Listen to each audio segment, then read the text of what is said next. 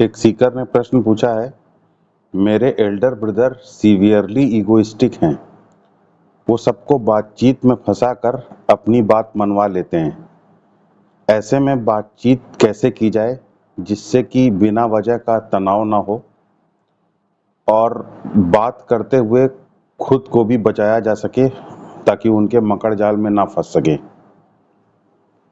देखिए, ये जो ईगोइस्टिक लोग होते हैं ये दूसरे को चूंकि कुछ समझते नहीं हैं, इसलिए दूसरे से अपनी बात मनवाने के लिए या अपनी बात प्रिवेल करवाने के लिए या अपना अपर हैंड रखने के लिए कुछ मैनिपुलेटिव ट्रिक्स का इस्तेमाल करते हैं बातचीत करते वक्त। इन मैनिपुलेटिव ट्रिक्स को प्रोपोगेंडा ट्रिक्स कह सकते हैं।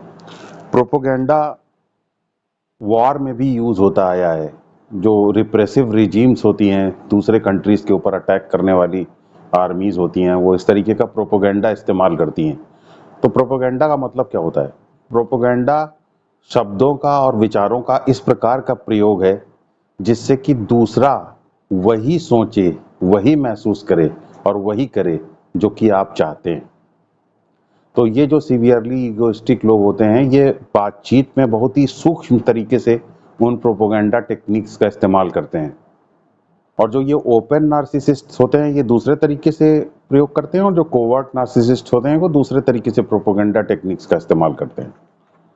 तो आपके एल्डर ब्रदर सीवियरली ईगोइस्टिक हैं, ये आपको चूंकि पता चल रहा है, इसलिए ये ओपन नार्सिसिस्ट्स कहे जा सकते हैं। तो इस तरीके के लोग जिस प्रोपोगेंडा टेक्निक का इस्तेमाल करते हैं वो बड़ी ओपन टाइप की होती है और इसको पकड़ा जा सकता है। जब आप क्रिटिकल थिंकिंग करते हैं, क्रिटिकल थिंकिंग का मतलब आपकी विश्लेषणात्मक थिंकिंग जब होती है, आप चीज़ों को गौर से देखते हैं, उनका विश्लेषण करते हैं। क्रिटिकल थिंकिंग आपको देखने में मदद कर सकती है कि ये किस प्रकार की प्रोपोगेंडा टेक्निक्स का इस्तेमाल करते हैं। कुछ मेन प्रोपोगेंडा टेक्निक्स जिनका ये इस्तेमाल करते हैं, अगर इनको आप समझ जाएं तो आप सतर्क रह सकते हैं इस प्रकार के लोगों से बातचीत करने में, और इनके जाल में फंसने से भी आपको थोड़ा राहत मिल सकती है। आप बच सकते हैं इनके जाल में फंसने से। वैसे बेहतर तो यही है कि इनसे बातचीत अवॉइड की जाए, लेकिन अगर बातचीत अवॉइडेबल नहीं है तो ये कौन सी टेक्निक्स का इस्तेमाल करते हैं अगर इसका थोड़ा पता चल जाए तो फिर इनसे एक प्रोटेक्टिव डिस्टेंस बनाई जा सकती है। इनकी जो सबसे महत्वपूर्ण टेक्निक्स में से एक है वो है अविश्वसनीयता दर्शाना। और अविश्वसनीयता को इस प्रकार दर्शाना ताकि दूसरा आदमी जो इनके ऊपर कोई इल्जाम लगा रहा हो, इनसे बातचीत कर रहा हो, वो एकदम भौचक्का रह जाए। जैसे मान लीजिए कि आपने इनसे कहा कि रमेश मिला था मुझसे और रमेश ने ये कहा कि आपने उसके अभी तक पैसे नहीं दिए। तो ये पूरी तरीके से उसके ऊपर आपकी बात पर अविश्वसनीयता दर्शाते हैं। कहते हैं ऐसा कैसे हो सकता है, आपने ऐसा मान कैसे लिया कि मैं पैसा नहीं दूंगा, आप ऐसा सोच भी कैसे सकते हैं कि मैंने इसका पैसा नहीं दिया, ऐसा हो ही नहीं सकता कि मैं उसको पैसा ना दूं, मैं ऐसा कभी कर ही नहीं सकता। तुम ऐसी बातों पर तुम इसीलिए भरोसा कर लेते हो क्योंकि तुम खुद रियल वर्ल्ड में नहीं जीते हो। तो इस प्रकार ये अविश्वसनीयता दर्शाते हैं कि ये तो संभव ही नहीं है, और आप एकदम भौचक रह जाते हैं। आप समझते हैं कि अरे आपने इनके ऊपर इल्जाम कैसे लगा दिया। तो इनकी ये एक मेन टेक्निक है कि जब कोई बात इनके डिसफेवर में हो या कोई इनका आरोप पकड़ा जाने लगे तो ये एकदम से जो है अविश्वसनीयता जाहिर कर देते हैं कि ऐसा तो हो ही नहीं सकता, ऐसा तो संभव ही नहीं है। और तब दूसरा व्यक्ति एकदम से भौचक रह जाता है कि अरे ये कैसे हो गया, ऐसा इल्जाम कैसे मैंने लगा दिया, लगता मेरी ही कोई गलती है। दूसरी टेक्निक जिसका ये इस्तेमाल करते हैं वो है बाइनरी थिंकिंग। बाइनरी थिंकिंग या बाइनरी टेक्निक में क्या होता है कि वैसे देखिए जीवन में तो बहुत सारे ऑप्शंस या चॉइसेस रहते हैं, लेकिन ये जो है हर चॉइस को दो चॉइस में ले आकर के रिड्यूस कर देते हैं ऐसे लोग। अब मान लीजिए कि कोई परिस्थिति ऐसी है जिसमें कि ये चाहते हैं कि एक पर्टिकुलर तरीके से ये आप हमेशा इनका साथ दें उस परिस्थिति में। तो ये इस तरीके से कहेंगे कि या तो भाई तुम मेरा साथ दो, या तो तुम मेरे साथ हो, या तुम मेरे अगेंस्ट हो। तो तुम आपके सामने दो ही चॉइस रखते हैं हमेशा, या तो तुम मेरे साथ हो या तुम मेरे अगेंस्ट हो। वैसे चॉइसेस बहुत सारी हो सकती हैं उस परिस्थिति में, लेकिन ये हमेशा दो चॉइस में उसको रिड्यूस कर देते हैं, या तो तुम मेरे साथ हो या तुम मेरे अगेंस्ट हो। और तब आपके सामने एक बड़ी क्राइसिस वाली सिचुएशन हो जाती है, क्योंकि ये जिस चीज़ में आपका साथ चाहते हैं वो शायद आपको एक्सेप्टेबल नहीं हो। अगर आप इनके विरोध में जाते हैं तो फिर ये आपसे रिलेशनशिप तोड़ने की बात करने लग जाते हैं। तो आप परेशानी में पड़ जाते हैं कि आप क्या चीज़ चुनें। तो इस प्रकार ये आपके ऊपर दबाव डालते हैं। हर चॉइस को बाइनरी में रिड्यूस कर देते हैं, 2 में कन्वर्ट कर देते हैं ये। या तो तुम अगर मेरी बात मानोगे तो तुम मेरे साथ हो, अगर नहीं मानोगे तो तुम मेरे अगेंस्ट हो, रिलेशनशिप गया। तो इस तरीके से ये आपके ऊपर दबाव डाल करके अपनी बात मनवा लेते हैं। फिर ये जो जिस तरीके की टेक्निक का इस्तेमाल करते हैं, वो है सफ़ेद झूठ बोलने की टेक्निक। तो जब ये सफ़ेद झूठ इस प्रकार से बोल देते हैं ताकि फँसाने वाले को या आरोप लगाने वाले को ही फँसाया जा सके।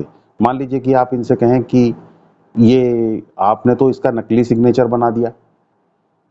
तो ये उस सिग्नेचर के बारे में बात करने की बजाय अचानक इस तरीके से बोलने लग जाएँगे कि मुझे फँसाने की कोशिश की जा रही है, सब लोग मुझे फँसाने की कोशिश कर रहे हैं। मैं जानता हूँ मुझे फँसाने के लिए जाल बुना जा रहा है। मैं जानता हूँ तुम्हारे इन-लॉज़ मुझे फँसाने के लिए जाल बुन रहे हैं। अब आपके इन-लॉज़ को भी बीच में घसीट लाए, जबकि आपके इन-लॉज़ का और किसी दूर-दूर तक कोई संबंध नहीं, लेकिन आप भौचक्के रह गए। तो इस प्रकार से सफ़ेद झूठ बोल करके ये एक मैनिपुलेटिव टेक्निक का इस्तेमाल करते हैं ताकि आप भौचक्के रह जाएँ और आप जो इल्ज़ाम आप लगा रहे थे वो तो आप भूल ही जाएँ। तो ये सफ़ेद झूठ बोलने की मैनिपुलेटिव टेक्निक का इस्तेमाल बड़ी चतुराई से ये लोग करते हैं। फिर ये लोग बातचीत करते वक़्त जानबूझ करके भ्रम की स्थिति पैदा करते हैं, ताकि मूल मुद्दा जो है उससे भटकाया जा सके। अब जैसे मान लीजिए आपने इनको कोई डिस्ट्रक्टिव एक्टिविटी करते हुए पकड़ लिया, तो जब ये डिस्ट्रक्टिव एक्टिविटी करते हुए पकड़े गए तो ये बातचीत इस प्रकार से करना शुरू कर देते हैं, जिससे कि मूल मुद्दे से आप भटक जाएँ। तो ये इस तरीके से बोलना शुरू कर देंगे कि तुमने कभी काम किया ही नहीं है, अगर तुम काम करते तो तुम्हारी समझ में आता। कोई भी काम करने वाला आदमी इस तरीके से किसी से नहीं कह सकता था। उस परिस्थिति में जो कुछ संभव था वो मैंने किया, और चूँकि तुमने काम किया नहीं है कभी, इसलिए तुम कभी समझ नहीं पाते हो, इसलिए तुम मेरे ऊपर इस तरीके से इल्ज़ाम लगाते हो। उस काम को करते वक़्त यही किया जा सकता था, जो कुछ किया जा सकता था वो वही मैंने किया, कुछ और मैंने अलग काम नहीं किया। तो इस तरीके से ये जो है आपके ऊपर उल्टा इल्ज़ाम लगा दे रहे हैं कि आपने कभी काम ही नहीं किया, इसलिए आप इस तरीके की बात कर रहे हैं। तो इस तरीके से मैनिपुलेटिव टेक्निक का इस्तेमाल करके मूल मुद्दे से ही आपको भटका देते हैं। फिर ये लोग क्या है, रेपिटिशन का भी इस्तेमाल करते हैं बातचीत करते वक़्त। एक ही बात को बार-बार रिपीट करना शुरू कर देंगे, और जब कोई एक ही बात को बार-बार रिपीट करना शुरू कर देता है तो दूसरे के अंदर डर पैदा हो जाता है। जैसे ये कहेंगे कि मैंने फैसला कर लिया है, मैं फैसला कर चुका हूँ। जब मैं फैसला कर लेता हूँ तो मैं फैसला कभी बदलता नहीं हूँ। मैंने अब फैसला कर लिया है, मैं अपने फैसले से बिल्कुल टिकूँगा नहीं। तो बार-बार मैं फैसला कर चुका हूँ, मैं फैसला कर चुका हूँ, इस तरीके की बात करना शुरू कर देंगे। तो आप घबरा जाएँगे कि यार क्या फैसला कर चुके हैं, और इस तरीके से आप पीछे हट जाएँगे। तो एक ही बात को बार-बार रिपीट करने की टेक्निक को इस्तेमाल करेंगे ताकि आपके ऊपर दबाव पैदा किया जा सके। फिर ये स्लोगन्स का भी इस्तेमाल करते हैं। स्लोगन्स का बड़ा अच्छे तरीके से इस्तेमाल करते हैं ताकि आपको फँसाया जा सके। जैसे ये कहेंगे, मैं जो कर रहा हूँ मैं वही करूँगा। मैं जो कर रहा हूँ उसके सिवा और मैं कुछ नहीं करूँगा। आपसे करते हुए जो करते बने आप कर लीजिए, मैं वही करूँगा जो मैं कर रहा हूँ। तो इस तरीके से स्लोगन्स का इस्तेमाल करते हैं आपके ऊपर दबाव पैदा करने के लिए। ये स्लोगनियरिंग जो है इनकी मेन टेक्नीक है दूसरे के ऊपर दबाव पैदा करने की। फिर इनकी मेन प्रोपेगेंडा टेक्निक्स में से एक टेक्निक ये है कि जो इल्ज़ाम दूसरा इनके ऊपर बातचीत करते वक़्त लगा रहा है, यही वही इल्ज़ाम ये उसके ऊपर लगा देते हैं। जैसे मान लीजिए आपने कहा कि भई आप हमेशा सेल्फ सेंटर्ड रहते हैं, और आप सेल्फ सेंटर्ड होना ठीक चीज़ नहीं है, इसकी वज़ह से हम लोगों को बड़ी प्रॉब्लम होती है। तो ये वही इल्ज़ाम आपके ऊपर लगा देते हैं, अरे पिछले साल तुम भी तो सारा जो भी काम करते थे वो अपने फ़ायदे के लिए करते थे, तुम भी तो सेल्फ सेंटर्ड हो, तुमने ये काम किया उसमें भी तो तुम सेल्फ सेंटर्ड थे, तुमने वो काम किया उसमें भी तो तुम सेल्फ सेंटर्ड थे। इस प्रकार बातचीत करते वक़्त जो इल्ज़ाम आप इनके ऊपर लगाते हैं वही इल्ज़ाम ये आपके ऊपर लगा देते हैं। फिर ये जिस प्रोपेगेंडा टेक्निक का इस्तेमाल करते हैं वो है दूसरे को अमानवीय रूप से अपमानित करना, डिह्यूमनाइज़ करना। जैसे कि मान लीजिए कि बातचीत के दौरान आपने इनके ऊपर कोई आरोप लगाया या आपने कोई बात कही, तो ये तुरंत सीधे आपके ऊपर आपको डिह्यूमनाइज़ करने लगेंगे। अरे तुम तो पागल हो, तुम्हें तो इलाज की ज़रूरत है, तुम मूर्ख हो, तुम्हारे अंदर रियलिटी का कोई सेंस नहीं है, तुम किसी काम के नहीं हो। इस तरीके से सीधे आपको डिह्यूमनाइज़ करना शुरू कर देते हैं, और जब किसी को डिह्यूमनाइज़ करना शुरू कर देते हैं तो उसके ऊपर दबाव पैदा हो जाता है, और उसके कोई बात फिर बोलने की हिम्मत नहीं रह जाती, क्योंकि पता नहीं कौन-सा इल्ज़ाम आपके ऊपर लगा दें। तो ये डिह्यूमनाइज करना इनकी प्रोपेगेंडा टेक्निक का एक मेन अस्त्र है। बातचीत के दौरान आपके डिसफेवर में टॉपिक को चेंज कर देना, ये इनकी इम्पॉर्टेंट प्रोपेगेंडा टेक्निक है। मान लीजिए आपने इनके ऊपर कोई ऐसा इल्जाम लगाया जिसका कि प्रूफ आपके पास है, पक्का प्रूफ आपके पास है, तो ये आपके ऊपर दबाव पैदा करने के लिए कुछ ऐसी बात बोलेंगे जिससे आप घबरा जाएं। ये जिस फर्ज कीजिए कि आपने कोई ऐसी बात बोली कि आपने ये डिस्ट्रक्टिव एक्टिविटी की है, ये देखिए इसका कागज ये है। तो आप जब ये जान जाएंगे कि हाँ पक्का प्रूफ आपके सामने है, तो आपके डिसफेवर में टॉपिक को पलट देंगे और ये इस तरीके की कुछ बात बोलेंगे कि आपका एक इम्पॉर्टेंट कागज मेरे पास आया है कल कुरियर से।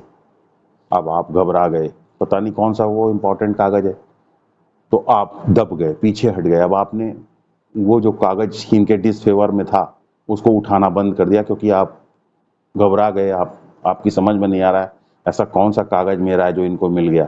तो इस तरीके से अचानक आपके डिसफेवर में टॉपिक को चेंज कर देना, ये इनकी एक मेन प्रोपेगेंडा टेक्निक है। तो इस तरीके की कुछ प्रोपेगेंडा टेक्निक्स का इस्तेमाल ये लोग करते हैं आपके ऊपर दबाव डालने के लिए।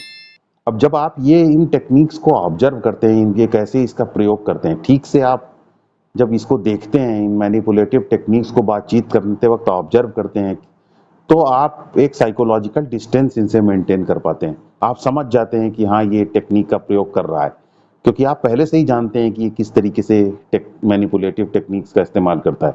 और जब आप पहले से ये जानते रहते हैं कि मैनिपुलेटिव टेक्निक्स कौन सी हैं और कैसे ये उसका रिपीटेडली प्रयोग करता है, और उसके थ्रू देख पाते हैं, आप उन मैनिपुलेटिव टेक्निक्स को पकड़ पाते हैं, रिकॉग्नाइज कर पाते हैं, तो इसका मतलब फिर आपके अंदर अब क्रिटिकल थिंकिंग है।